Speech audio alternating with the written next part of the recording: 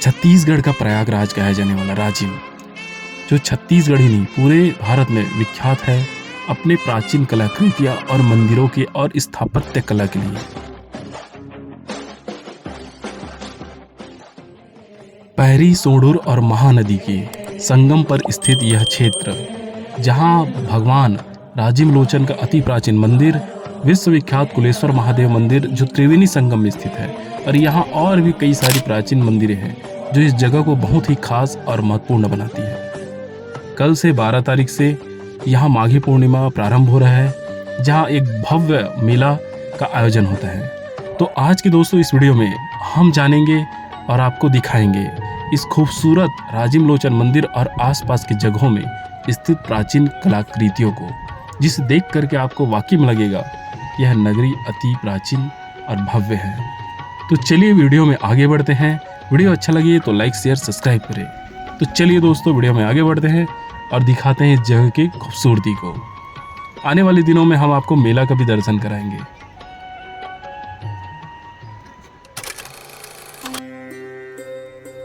तो ये है पहला कलाकृति जो बहुत ही सुंदर और मंत्रमुग्ध करने वाली है।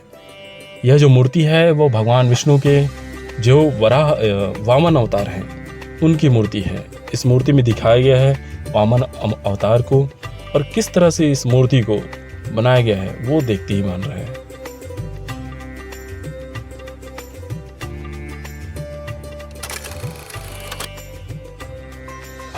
दोस्तों इस कलाकृति को देखिए, यह है भगवान विष्णु के तृतीय अवतार वराह रूप का, जिसमें पृथ्वी को समुद्र तल से बाहर निकालते हुए दिखाया गया है। इस मूर्ति के सबसे नीचे में देखेंगे तो विष्णु जी का एक छोटा स्वरूप भी दिखाई देगा। वह शेष नाग की मूर्ति दिखाई दे रही है, जिसके ऊपर भगवान विष्णु वराह रूप में दिखाई दे रहे हैं।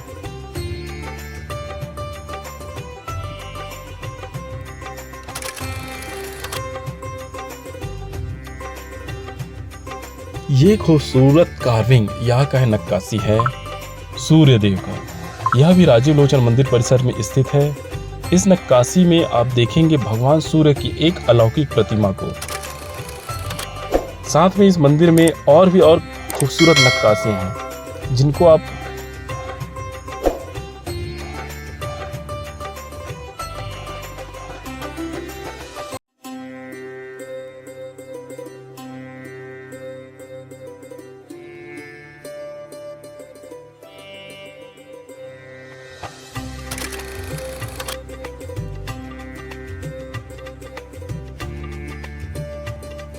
दोस्तों ये है राजिम मंदिर या कहे राजिम लोचन मंदिर परिसर में स्थित राजिम भक्तिन तेलिन माता का मंदिर का या कहे गर्भगृह का दृश्य। यहाँ आपको दिखाई पड़ेगा खूबसूरत नक्काशियाँ जिनमें अलग अलग तरह के चित्रण अंकित किए गए हैं। इसी मंदिर में आपको दिखाई देगा सूर्य और चंद्र का समायोजित करने वाला एक मूर्ति, जहाँ भक्तिन माता तेलिन और उनके परिवार को दिखाया गया। साथ में आप नीचे देखेंगे कि किस तरह से प्राचीन जमाने के लोग तिलहन से तेल निकालने की प्रक्रिया को दिखाया गया है। आप देखेंगे एक तेल निकालने की औजार, जहां पर एक बैल या कहे नंदी उसको घुमाते हुए नजर आता है। हो सकता है आपको वीडियो में यह जो कार्विंग है या कहे मूर्ति है उतना अच्छा से ना समझ आ रहा हो, और अगर आप वहां जाकर के देखेंगे तो ज़्यादा अच्छा समझ आएगा। दोस्तों ये है राजिम लोचन मंदिर परिसर का स्वर्ग द्वार कहे जाने वाले जगह। इस स्वर्ग द्वार से अगर आप देखेंगे तो एक तरफ आपको भगवान विष्णु या कहे राजिम लोचन जी का मंदिर दिखाई देगा, और दूसरी तरफ भगवान शिव का मंदिर। इसलिए इसे हरिहर कहा भी जाता है, क्योंकि हरि और हर एक दूसरे को आपस में देखते हुए नजर आते हैं। इस कार्विंग को अगर आप अच्छे से निहारेंगे तो यहाँ बहुत सारे नागों की मूर्तियां दिखाई देगी, और ऊपर में शेष सैया पर विराजित भगवान विष्णु का क्षीर सागर में जो संयम मुद्रा है या सोने का जो मुद्रा होता है वो मुद्रा आपको यहाँ दिखाई देगा।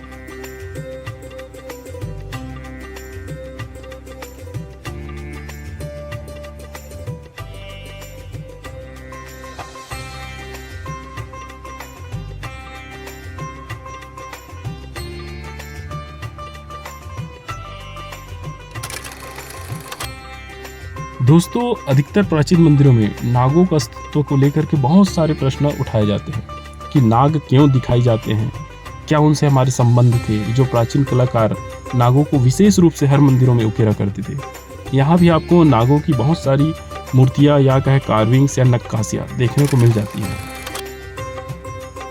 ये मूर्ति है राजा जगतपाल का, जो कहा जाता है कलचुरी शासन में यहाँ की सेनापति या कहे तो इस जगह के मुखिया के रूप में काम करते थे, और कहा जाता है इन्हीं के देखरेख में इस मंदिर का निर्माण हुआ था। यह है दोस्तों नरसिम्हा, जो कि भगवान विष्णु के 10 अवतार में से चौथे अवतार का वर्णन करते हुए नजर आ रहे हैं, जहाँ हिरण्यकश्यप को बीच से चीर फाड़ करते हुए आपको नजर आ जाएंगे इस मूर्ति में। यह मूर्ति काफ़ी शानदार रूप से उकेरा गया है और इसमें दिखाया गया है मूर्तियों का विवेचना। सामने में है दोस्तों विराट अवतार। इस रूप में कैसे दिखाया गया है कि भगवान विष्णु कितने विशाल हैं, और उनके नीचे में भगवान शेषनाग को भी दर्शाए गए हैं हाथ जोड़े हुए। ये कलाकृतियां हैं साक्षी गोपाल मंदिर का, जो राजिम में ही स्थित है। और यहाँ बहुत सारी छोटी छोटी मूर्तियां साथ में भगवान विष्णु और कुछ और अलग अलग देवी देवताओं का दिखाए गए हैं। सबसे विशेष चीज है यह शिलालेख। यह राजीव लोचन मंदिर के गर्भगृह में है, और इसमें इस मंदिर की बनावट कब बनाई गई, किसने बनाई गई और किस तरह से बनाई गई, इस पूरी जानकारी इस शिलालेख में है। हो सकता है इस भाषा को आप ना पढ़ पाए, लेकिन पुरातत्वविद इसको पढ़ चुके हैं। तो इसी प्रकार से और भी नक्काशी हैं, जिसमें यहाँ द्वारपाल की नक्काशी आपको दिखाई दे रही है। इसके बाद एक कहा जाए तो आंखों को भ्रम दिखाने वाला मूर्ति आपको स्तंभ में नजर आएगा, जहाँ दोनों तरफ से सिंह बने हुए हैं, लेकिन उनका शरीर दो है और उनका जो सिर है एक ही जैसे दिखाई गया है। तो दोस्तों, यह है खूबसूरत राजीव लोचन मंदिर का पूरा परिसर। दोस्तों, हम आने वाले दिनों में माघी पूर्णिमा मेला का विस्तार से वीडियो आपके पास लाएंगे, तो बने रहिए हमारे चैनल में। लाइक शेयर सब्सक्राइब करके रखिए। अच्छा लगा हो तो कमेंट करें। मिलते हैं नेक्स्ट वीडियो में, तब तक के लिए जय हिंद, जय छत्तीसगढ़।